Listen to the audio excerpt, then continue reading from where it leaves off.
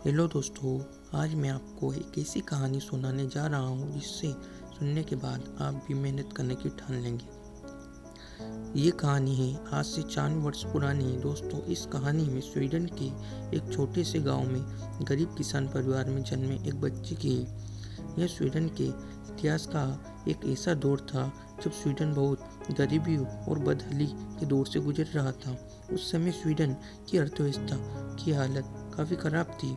इस बच्चे के माता पिता किसान थे और एक छोटा सा घर था जिससे वो अपने घर के दिन काट रहे थे। उनका बच्चा 5 साल का हुआ तो उसका दाखिला स्कूल में करवाया। इस बच्चे का कुछ महीने बाद ही पता चला कि इस बच्चे को स्क्लेरिया नाम की कोई बीमारी है। यह ऐसी बीमारी है जिसमें शब्दों को पढ़ने और समझने में काफ़ी परेशानी आती है। इस बच्चे के पिताजी काफ़ी परेशान रहते थे कि एक तो बच्चे की इस डिस्क्लेशिया बीमारी और यह बच्चा रोज लेट उठता है, जिससे उसके पिताजी उस बच्चे को रोज डांटते और सुनाते थे। इस बच्चे को ये बात बहुत चुभती थी और पिताजी इस बच्चे को बात कहते थे तो कि तू जीवन में कुछ नहीं कर सकने, जिंदगी में कुछ नहीं कर सकता। बच्चे ने एक दिन ठान ली कि वो एक दिन जिंदगी में जरूर कुछ करके अच्छा दिखाएगा। एक दिन इस बच्चे ने अपनी अलार्म घड़ी में अलार्म के बटन को तोड़ दी और जिसकी वजह से वह सुबह 5 बजे जल्दी उठने लगा। अब यह बच्चा 6 वर्ष की उम्र में पढ़ाई भी करता और अपने पिताजी के साथ लकड़ियाँ भी लाने में चला जाता। वहाँ से लेकर लकड़ी आता। इस उम्र में बच्चे की खेलने कूदने की वृत्ति वहाँ उतना नहीं था, बल्कि वो अपने पिताजी के साथ काम में हाथ बटाता था और वो खेलना कूदना पसंद नहीं करता था। बस उसको एक ही सवार हो गई थी कि अब जीवन में कुछ अच्छा करना है। पिताजी के साथ लकड़ी काटते समय वहाँ लकड़ी के कुछ बेहतर सरकंडे ले आता और उन्हें स्कूल में बेचता, जिससे उसका जेब खर्च निकल जाता था। फिर वो इस छोटी सी उम्र में पैसा कमाने के अवसर तलाशने लगा। 7 साल की उम्र में वहाँ माचिस बेचने लगा, जिससे उसका स्कूल खर्चा निकल जाता था। लेकिन जब वहाँ 12 साल का हुआ तो उसे अपने रिश्तेदार की मदद से स्टॉक शहर में माचिस को पहले से कम दाम में बेचने लगा। लेकिन 12 साल की उम्र में उसका खर्चा निकलना मुश्किल हो गया। फिर वो अपनी आय बढ़ाने के लिए डेकोरेशन वाले प्रोडक्ट भी खरीदने लगा और बेचने लगा। साथ ही बॉल पेन पेंसिल भी बेचने लगा। बॉल पेन बेचने से जब उसका अच्छा मुनाफा हुआ तो उसने होलसेल से बहुत मात्रा में बॉल पेन खरीदना चाहा, लेकिन उसके पास इतने पैसे नहीं थे कि खरीद सके। तो उसने बैंक से $63 का लोन लिया, यानी 4,709.25 का। यही उसकी लाइफ का पहला और आखिरी लोन था। उसने सभी सामान को स्टॉक करने के लिए एक झोपड़ी बना ली।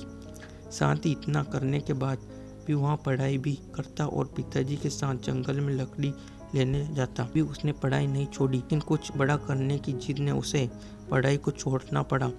इस बच्चे ने फिर 20 साल की उम्र में अपने बिजनेस को और आगे बढ़ाने की सोची। वह अपने आसपास के को में साइकिल से बेच आया करता था। इलाकों में और भी सामान लकड़ी के बेचे जाते थे और वह उन सब लोगों से मिला और अपने सामान को स्टॉक करने लगा, लेकिन उसके पास स्टॉक करने के लिए जगह नहीं थी। बाद आसानी से मिलने वाली ऐसी सामान लिए कैटलॉग छपवा लिए, जिससे वो शुरुआत में पिक्चर फ्रेम, पर्स, पेना जैसे कई छोटे छोटे चीज़ें शामिल की।